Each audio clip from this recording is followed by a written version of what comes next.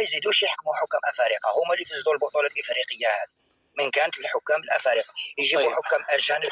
والله خساره انه بطوله افريقيه كما هذه يحكموها حكام كما هذا. اشكرك يا مستر، شكرا جزيلا لك. مريم تفضل يا مريم. تحياتي أخي أسعد ولضيوفك الكرام. أولا أصحح معلومة قال الأخ المغربي ملي سألتي على الفترة ديال اللي كتصدر فيها الطاس. الطاس تصدر أحكاما ما بين 6 شهور إلى 12 شهرا. المسألة إذا كانت المسألة فيها شهود وفيها يعني كيف نقولوا يعني تكون معركة كيف نقولوا يعني قوية وشهود وخاص الملفات تكون ملفات يعني مضبوطة. فأما هي كيكون ديال في أسابيع لما يتعلق الأمر مثلا بفريق من فرق الأندية أنه سيشارك أو يحرم من المشاركة، أنك تصدر هذه القوانين في سرعة. ولكن يكون ملف مثل هذا يعني موضوع كأس قارية وهذا يعني الفترة هذه. ولكن أنا بغيت قبل ما ندير المداخلة ديالي واحد الفيديو بغيت تسمعوا للإعلام الجزائري وللنظام الجزائري ديال السي القجع. غادي نسمعوا هذا الفيديو هذا إذا كان ممكن، ردا عليهم وعلى من هم على شاكلتين. بسم الله. السي القجع اش كيقول لكم؟ تصنتوا. راني مشيت ليه ضد حياته وما عنديش إشكال، ما عنديش مشكل، ويجتمعوا كاع هما وجوج اخرين، ما عنديش اشكال. نعاودوا الفيديو باش تسمعوا مزيان. انا ديك الطاس راني مجربه وراني مشيت ليه ضد حياته وما عنديش اشكال، ما عنديش مشكل، ويجتمعوا كاع هما وجوج اخرين، ما عنديش اشكال. قال لكم السي القجع انا الطاس مشيت ليه ايام عيسى حياته وانتصرنا على عيسى حياته على قراراته المجحفه، وما عندوش اشكال يمشي للطاس ومعاه الاثنين الاخرين. يعني فعلا كولسة الأخرين لم أفهم صراحة أخي أسعد. اسمعي معناته كلام الأخ مصطفى أنه كولسة الأقيع قد وصلت للطاس.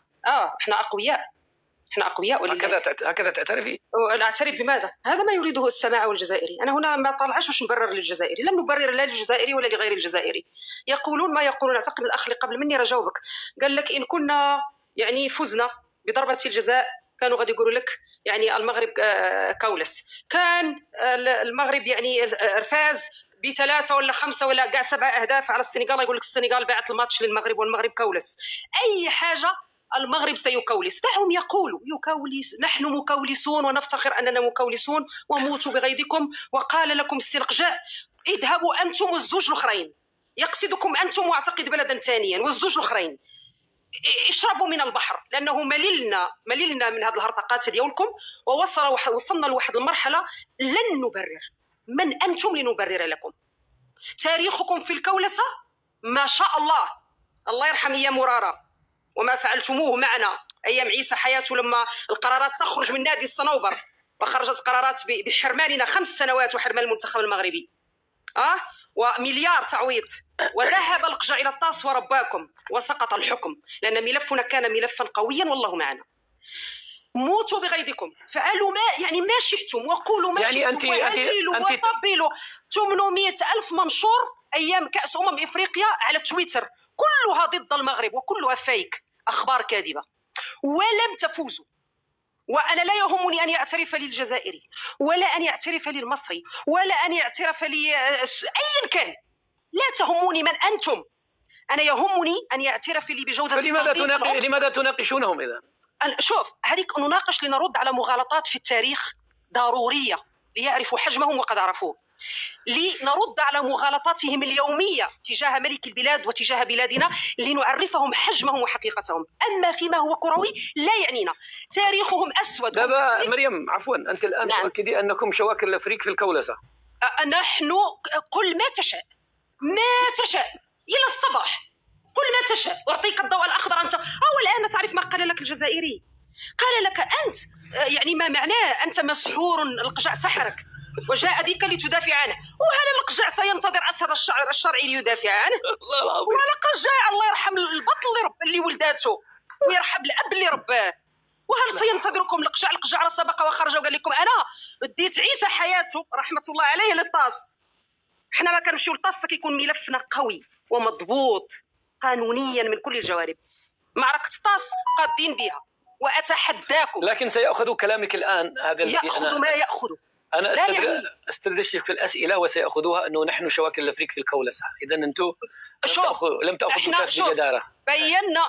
شوف يلا كان البارح في البين سبور يعني عندما اعلن الخبر الرياضي المصري بسرعه يعني بدأ يلمح دائما الدولة المنظمة يعني تفوز ببعض التسهيلات. رد عليه الشيب وقالوا له بماذا فزنا نحن؟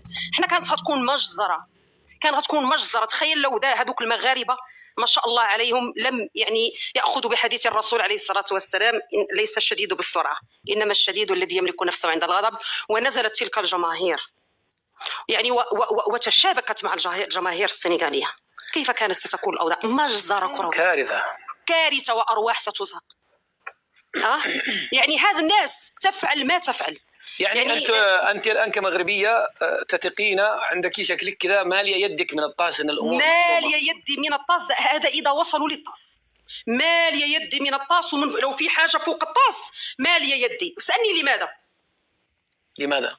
لأن الله سبحانه وتعالى معنا، لأننا ظلمنا كثيرا، ولأنه قيل فينا ما لا يخطر حتى على بال الشيطان. قيل في المغاربة وأنت قلتها في بداية اللايف ديالك. ونفعل ما نفعل ونضايف كيف ما نضايف ونحاول أن نتراحم مع الناس كما وصانا الحبيب عليه الصلاة والسلام. أي شيء يخطر لك على بالك.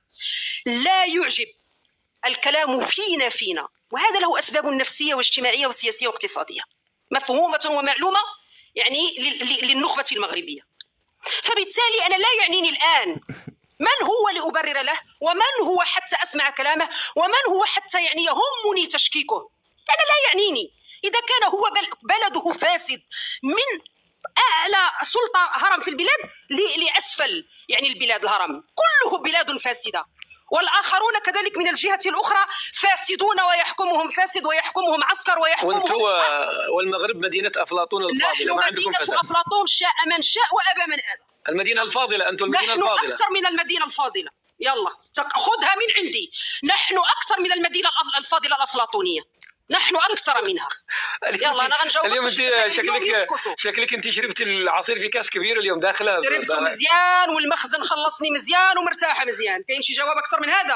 يا أخي أسعد مليلنا منك. طيب آخر سؤال لك بكلمة واحدة تردي. ما حدث فضيحة ولا طريحة؟ لا ما حدث كيف كنقولوا إحنا خدمة مغربية ناضية، خدمة الرجال، خدمة ناضية. اللي يعرف المغاربة هذه خدمة المغاربة الدق والسكات.